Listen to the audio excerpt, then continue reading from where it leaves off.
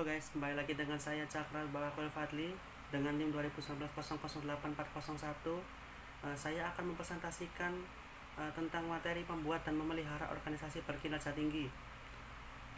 Oke, sebelum kita masuk lebih lanjut ke materi, apa yang Anda ketahui tentang membuat dan memelihara organisasi berkinerja tinggi? Sebelum kita masuk ke materi, apa yang Anda ketahui tentang membuat dan memelihara organisasi berkinerja tinggi? Yaitu menentukan sistem kerja berkinerja tinggi dan identifikasi elemen sistem suatu perusahaan dengan menentukan kondisi yang menciptakan sistem yang berkinerja tinggi dalam menjelaskan bagaimana manajemen sumber daya manusia itu dapat berkontribusi pada kinerja di suatu perusahaan. Maka untuk manajemen sumber daya manusia dapat berkontribusi pada kinerja perusahaan, maka diperlukannya mengukur efektivitas manajemen sumber daya manusia agar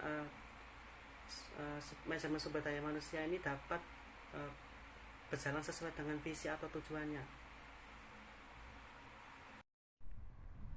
Sistem kerja berkinerja tinggi yaitu adalah kombinasi yang tepat dari sumber daya manusia, teknologi, dan struktur organisasi yang memanfaatkan sepenuhnya sumber daya dan peluang organisasi dalam mencapai tujuan atau visinya.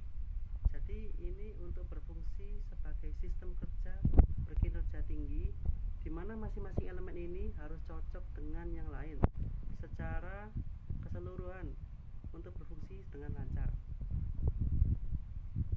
Untuk elemen sistem berkinerja tinggi ini ada 5. Yang pertama itu struktur organisasi, di mana struktur organisasi ini yaitu cara organisasi mengelompokkan orang-orang ke dalam divisi, departemen, dan hubungan pelaporan yang berguna. Nah, maka di struktur organisasi ini setiap orang itu memiliki tugas dan divisinya masing-masing. Yang kedua itu ada desain tugas. Desain tugas ini yaitu menentukan bagaimana detailnya aktivitas organisasi yang diperlukan yang akan dikelompokkan baik ke dalam pekerjaan atau tanggung jawab tim atau pihak organisasi. Nah, jadi organisasi ini menentukan setiap segala aktivitas yang bertujuan untuk mencapai suatu tujuan atau kinerja berkinerja tinggi. Yang ketiga ini ada sumber daya manusia, yang dimana sumber daya manusia ini sangat cocok untuk meningkatkan kontribusi pada kinerja tinggi karena setiap sumber daya manusia itu mendorong orang-orang untuk mengupayakan tujuan baik secara keseluruhan maupun di secara organisasi atau informasi sistem. Yang keempat ini ada sistem penghargaan, di mana sistem penghargaan ini untuk mendorong pihak karyawan dalam mengupayakan tujuan yang mendukung visi keseluruhan organisasi dalam suatu perusahaan. Nah, ini sangat penting untuk agar karyawan ini dapat berkontribusi dengan baik dan memiliki kinerja yang tinggi. Yang kelima itu ada sistem informasi modern, yang dimana sistem informasi modern ini yaitu memungkinkan organisasi agar dapat berbagi informasi secara luas atau secara komprehensif. Maka diperlukannya istilahnya itu teknologi. Peran teknologi itu sangat penting dalam meningkatkan sistem berkinerja tinggi.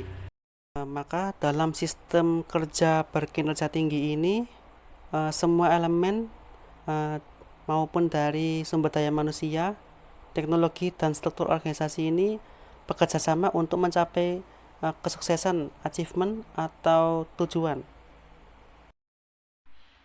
Hasil dari kinerja tinggi yaitu hasil dari setiap karyawan dan kelompok kerja berkontribusi pada kinerja tinggi secara sistem yang keseluruhan. Maka individu dan kelompok organisasi bekerja secara efisien dengan menyediakan barang dan jasa yang berkualitas dengan cara mereka itu berkontribusi untuk memenuhi tujuan organisasi, yang dimana organisasi ini menambahkan atau mengubah sasaran orang-orang yang bersifat fleksibel dan membuat perubahan sesuai kebutuhan untuk memenuhi tujuan yang baru. Untuk materi selanjutnya yaitu kondisi yang berkontribusi terhadap pekerja. Yang pertama itu tim melakukan pekerjaan. Maka setiap karyawan itu berpartisipasi dalam seleksi, yang dimana itu setiap karyawan menerima umpan balik kinerja formal dan secara aktif terlibat dalam proses peningkatan kinerja. Yang kedua itu imbalan dan kompensasi karyawan yang berkaitan dengan kinerja keuangan perusahaan, yang dimana ini setiap karyawan itu memungkinkan bahwa karyawan tersebut menggunakan berbagai keterampilan dalam menghitung laporan kinerja keuangan perusahaan. Yang ketiga ini yaitu peralatan dan proses kerja yang terstruktur, di mana teknologi yang digunakan ini dalam mendorong fleksibilitas dan interaksi maksimum di antara karyawan. Maka karyawan harus berpartisipasi dalam perencanaan perubahan peralatan serta metode kerja. Maka karyawan tersebut harus memahami betul bagaimana pekerjaan mereka dapat berkontribusi pada produk atau layanan yang jadi. Maka diperlukannya perilaku etis yang perlu didorong. Sekian presentasi dari video saya. Jika ada kekurangan dalam penyampaian kata dan jika ada kesalahan kata, mohon dimaafkan. Terima kasih. Selamat siang. Salam dan bahagia.